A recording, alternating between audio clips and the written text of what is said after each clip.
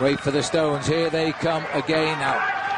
We're now looking at Tom Bonan. He leads them on to Sector 6 now. Siswang de Bourgel. This is a 4-star sector, 27 kilometres, about 16 miles remains now. Bonan is trying to lay down the law as the strongest man in this breakaway of 8. And hanging on, and the man who caused the pain previously is Fletcher. Fletcher sitting at the back there wearing number 21. It's a long section of cobblestones here. A couple of years ago, a spectator got a little bit too close to the riders and a flag got stuck into the back wheel of a rider from Belgium, and I think on that occasion it was Leif Hoster when he was riding one of his early Paris-Roubaix.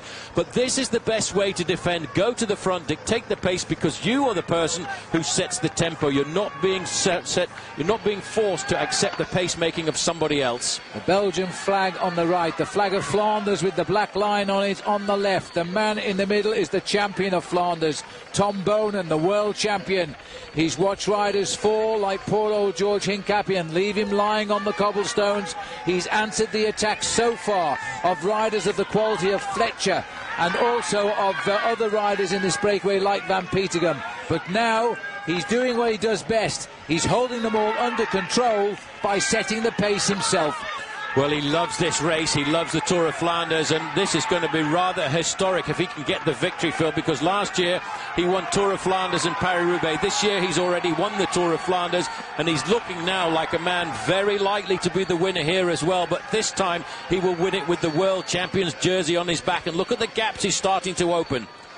And there's trouble at the back right now because this is Balin who's had a problem, and he was in the group away, and I think that is also Gusev. Yep, this is how it happened. It was Gusev who went down. He slipped and Balin went right over the top, and look how Fletcher just managed to get underneath that bike.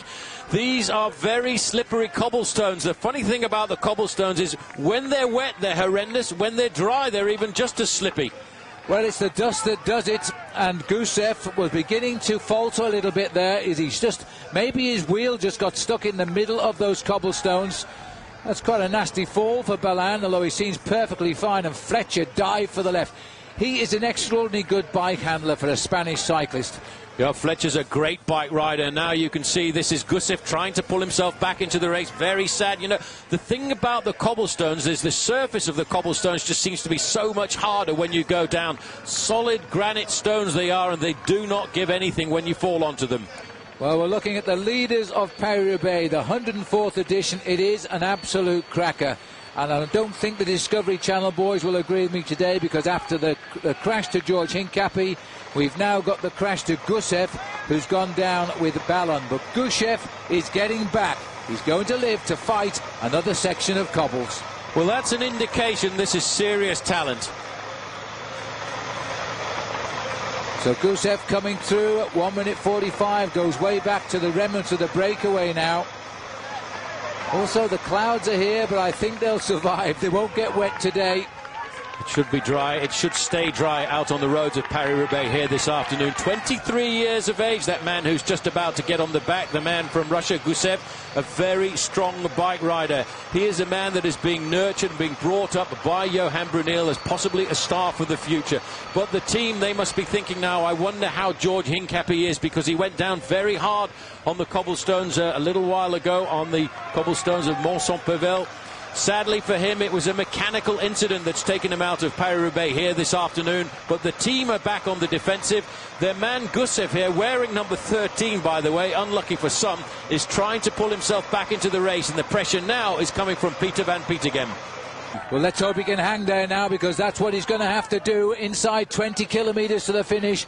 Every sector of Pave now, they've got to make it count, and Fletcher's got the lead. And I think Fletcher is feeling it a little bit more than most in this breakaway, and if you are feeling it, the way to control it is to get to the front and try and dictate the pace. Having said that, he can't hold it anymore.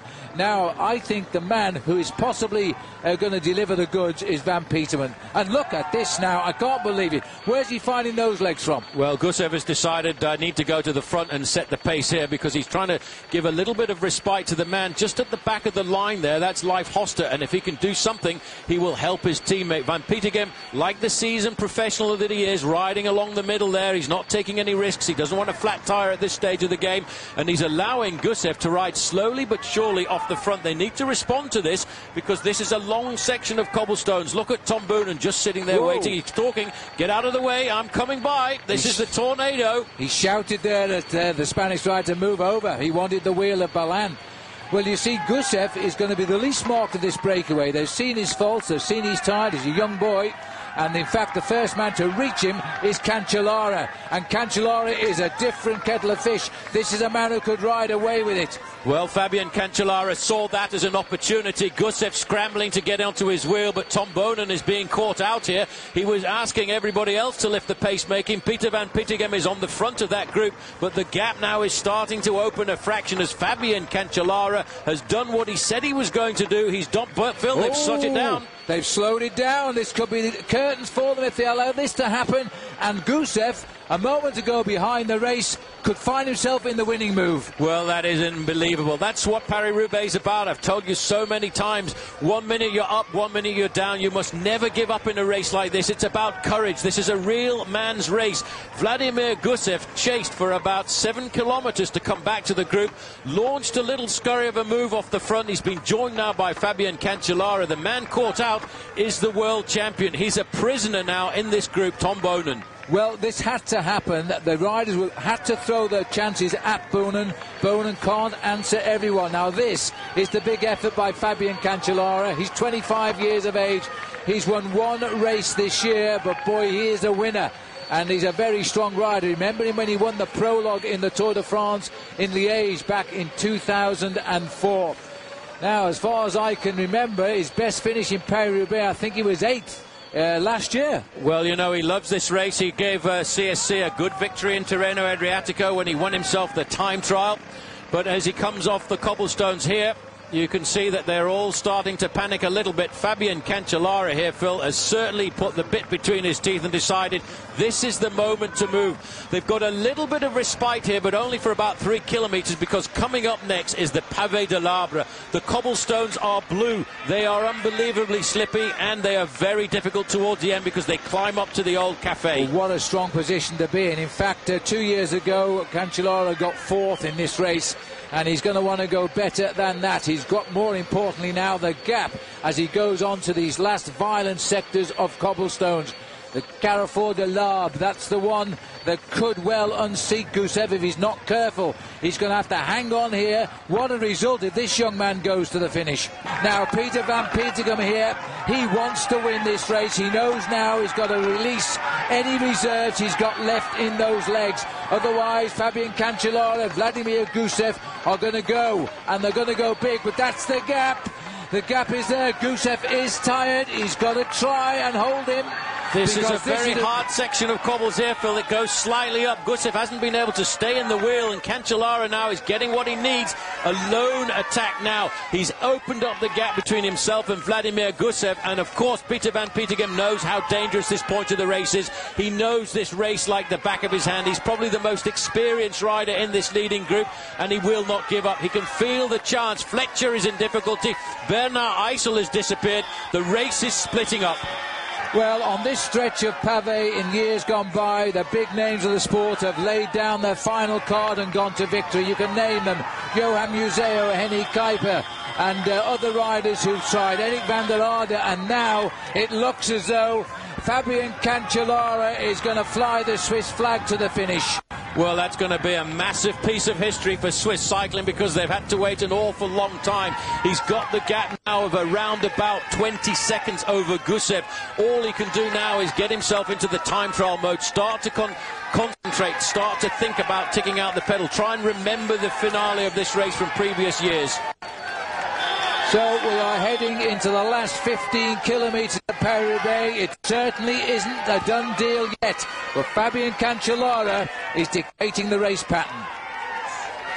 Not much of a respite. You take the right-hand bend here, you go over the tarmac surface for about 100 metres or so, then it's off to the left and it's on the cobblestones again. And that is section number 3 to go to the finish. That's the section of cobblestones known as Gruson. It's 1.1 kilometres in length. And look at this crowd that have turned out to see Paris-Roubaix here this afternoon. Be careful, young man, because it's slippery in those corners. Second man on the road here, Vladimir Gusev. He really is riding up. And you know what? A couple of years ago, a 23-year-old by the name of Roubaix. Just looking at the face there of Gusev, I think he's very, very tired now, and he's almost on automatic pilot. While Fabian Cancellara now relying on his basic talent when he became a World Junior Time Trial Champion, which he did twice in the late 90s. And has somebody gone there? Hoster's gone. Tom Bohnen's got to react to that one. Leif Hoster attacks. Well, Leif Hoster must know that his teammate Gusev has been unhitched at the group in front, and that's why he decided, I've got to go for it. And he's now got the responsibility of Team Discovery Channel on his shoulders. The race situation is one man leads, Fabian Cancellara, 10 seconds back to this man, Leif Hoster. 10 seconds back to Gusev, 30 seconds to Leif Hoster. And you know what? I think he's just about got the gap. Well, Bohnen, I think, is under pressure. We're looking down from the helicopter now. Cancellara is still clear here, but there has just been this enormous attack by Leif Hoster, and I'm not sure that Bohnen has had the answers.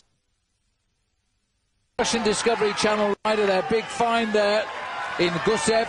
And up ahead in that little group is Hoster, and the world champion is having to handle everybody. And now Fletcher's going for him. Well, Peter van Petegem has seen the move here. He's come across to Leif Hoster, but this is the first time we've really seen Tom Bohnen in a little bit of bother. And I think just in front of him, Juan Antonio Fletcher has seen the danger, and he too now is trying to nail them back. Plan also is trying to pull it all back together here, but the race is splitting up. Bohnen, for the first time this year, Phil, is having a hard time. So now it'll be the hardest time trial of his career if he's going to win at Paris-Roubaix, because Fabian Cancellara, the bronze medalist World Time Trial Championship last year, is now racing for first place in Paris-Roubaix. That's the constitution of the three chasers, Gusev, Hoster and Van Petegem. And that's 2-1, so the Discovery boys is in their favour. Well, Race Radio is giving me a time check of 10 seconds, but looking up from those riders, I couldn't see Fabian Cancellara. This is a phenomenal race here, Phil, because everybody is just scrambling, trying to make contact with the rider in front. You've got Fabian Cancellara chased by 3 riders, Gusev, Hoster and Van Petegem. About 10 seconds further back, you've still got Balin. Then at 10 seconds further back, you've got Bohnen and Fletcher, all scrambling, all just basically surviving down towards the end of this race.